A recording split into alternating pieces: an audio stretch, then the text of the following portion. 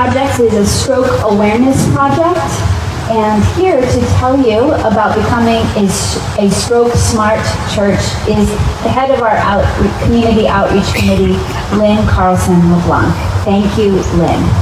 Glad you're here today.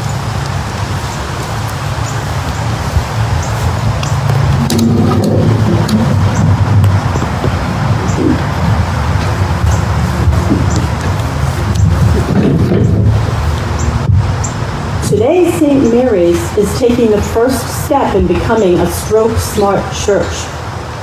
Last year, when I was feeling hopeless about the number of deaths caused by the pandemic, I had the opportunity to attend a virtual presentation on stroke awareness that taught me another way to reduce the amount of death and suffering in our community.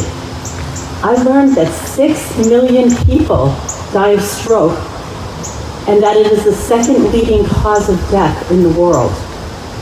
Let's see a show of hands. How many of you know someone who's had a stroke? Oh wow, there's a lot of you. As a matter of fact, there's an 80% chance that you, your spouse, your parents, children, or other family member will have a stroke over the course of their lifetime.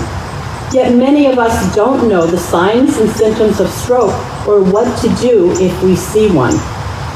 The great news is that there's really good treatments available and that they would significantly reduce the risk of death or debilitation, but time is of the essence. So it's important that we all know the signs and symptoms of strokes and the need to call 911 immediately.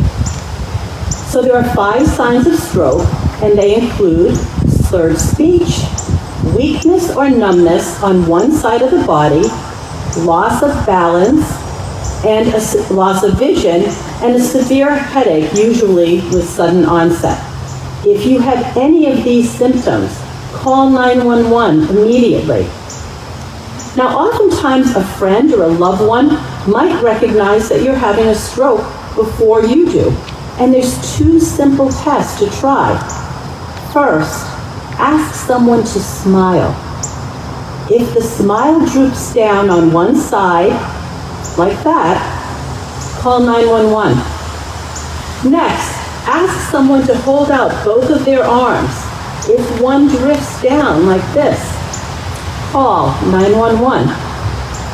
Now, you might be tempted to just wait and see what happens, maybe see your doctor tomorrow, drive yourself to the hospital. Don't do that. Call 911.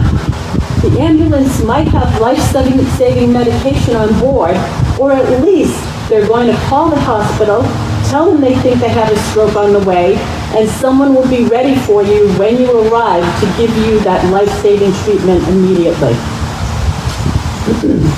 With your bulletins today, you received a refrigerator magnet to remind you about what we learned today.